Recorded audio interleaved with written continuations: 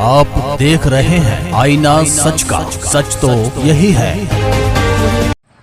कानपुर के जिलाधिकारी आलोक तिवारी ने मुख्यमंत्री योगी आदित्यनाथ को एक पत्र लिखा और उस पत्र में लिखा कि माती जेल में एक दंपति बंद है जिसका नाम परशुराम और सुनैना है।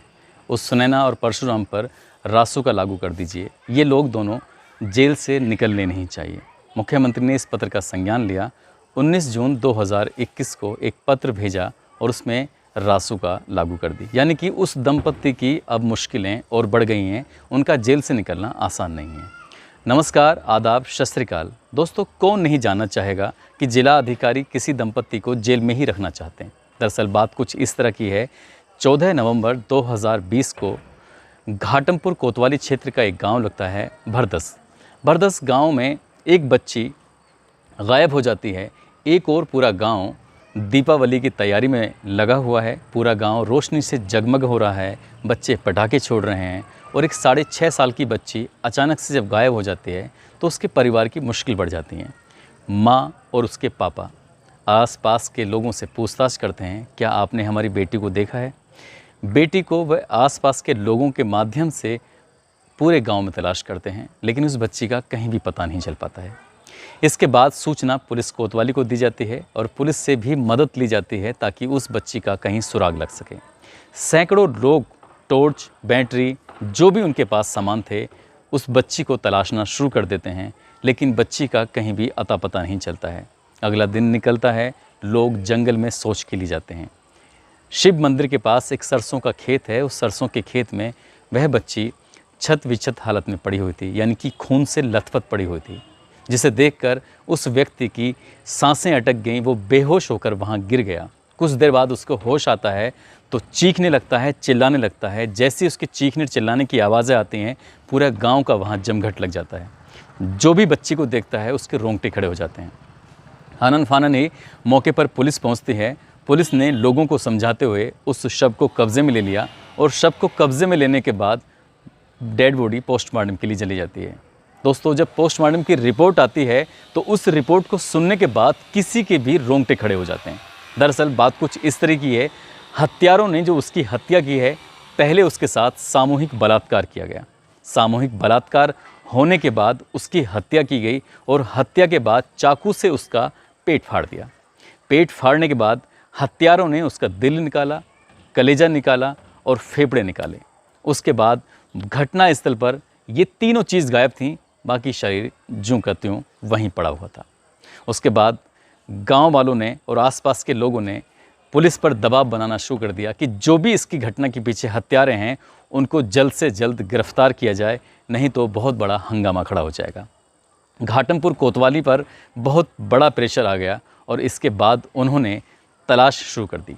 गाँव के न जाने कितने लोगों से पूछताछ की और पूछताछ करने के बाद ऐसे लोगों को भी तलाशना शुरू कर दिया जिसका उस बच्ची के माता पिता से यदि कोई दुश्मनी का भी एंगल था, उनको भी तलाशना शुरू कर दिया। लेकिन दुश्मनी का एंगल यहाँ पर दूर दूर तक नज़र नहीं आ रहा था। एक बात जो मैं आपको बताना भूल गया, डेड बॉडी को लाल रंग की चुनरी से बांधा गया था, जिससे साफ प्रतीत होता था कि मामला तंत्र और मंत्र का रहा होगा।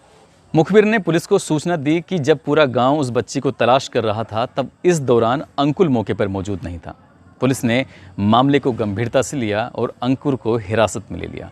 अंकुर से जब पूछताछ करते हैं तो अंकुर ये स्वीकार कर लेता है कि इस कृत्य को करने में वह शामिल था और उसका एक दोस्त शामिल था। दरअसल बात कुछ इस तरह की रही है कि गांव का ही एक रहने वाला दंपति जिसका नाम परशुराम और उसकी पत्नी का नाम सुनैना, इन दोनों की 1999 में शादी होती है और शादी को 21 साल बीत जाते हैं, लेकिन कोई बच्चा पैदा नहीं होता। इसके लिए वह अलग अलग डॉक्टरों के पास जाते हैं, अलग अलग मौलानाओं के पास जाते हैं, अलग अलग पंडितों के पास जाते हैं। वो तमाम तरह के टोने टोटके करते हैं, दवाइयाँ देते हैं, लेकिन दंपति को बच्चा पैदा नहीं होता। इसके एक दिन ऐसा होता है कि परशुराम अपने काम से घर लौट रहा था। रेलवे स्टेशन के पास कुछ किताबें बेच रहा था एक व्यक्ति। वहाँ पर एक काला जादू की किताब थी। उस काले जादू की किताब को लेकर परशुराम घर आ जाता है और धीरे धीरे उसको पढ़ना शुरू कर देता है। पन्ने पलटते पलटते उसके अंदर एक पन्ना ऐसा भी आता है कि जिसमें लिखा है कि यदि आप किसी बच्ची का दिल, कलेजा और फेफड़े खाओगे तो आपको संतान की प्राप्ति हो जाएगी। इसके बाद परशुराम और सुनैना ने प्लानिंग करनी शुरू कर दी और इसके लिए उन्होंने अंकुल को चुना। अंकुल ने अपने दोस्त वीरेन को चुना और इन दोनों को दंपति ने 500 रुपये और 1000 रुपये दिए, यानी सगे भतीजे को 500 रुपये और उसके दोस्त को 1000 रुपये दिए कि वह जिसका दिल लेकर आएंगे, कलेजा और फेफड़ा लेकर आएंगे तो उसको और भी पैसे की मदद की जाएगी। 14 नवंबर की रात को इन दोनों ने पहले शराब पी, उसके बाद पड़ोसी की जो बेटी थी उसको उन्होंने चिप्स दिए और चिप्स देने के बहाने उन्होंने कहा कि बेटा यदि आपको और भी गिफ्ट चाहिए, चॉकलेट चाहिए तो आपको हमारे साथ चलना पड़ेगा। वह उस बच्ची को अपने साथ लेकर शिव काली मंदिर के पास एक सरसों का खेत था, वहाँ लेकर जाते हैं।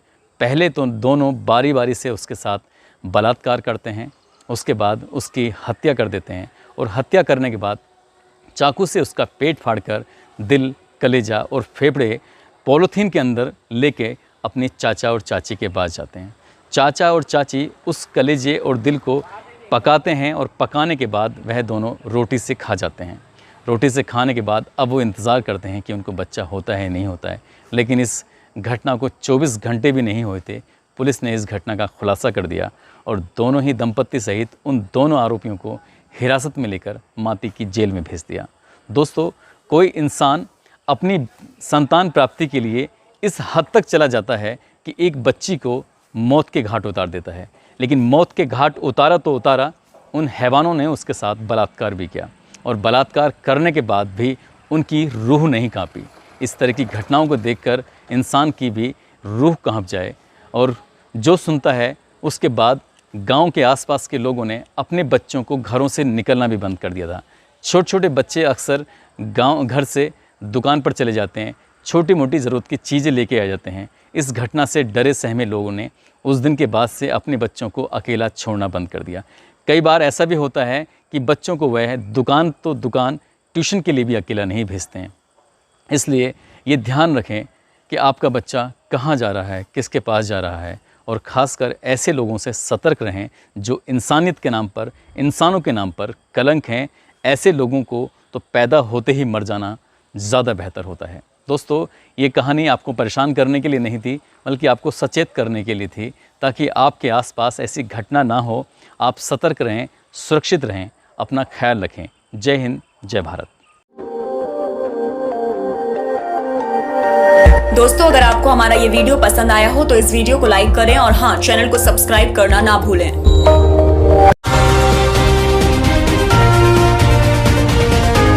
आप देख रहे हैं आईना सच का, सच तो यही है।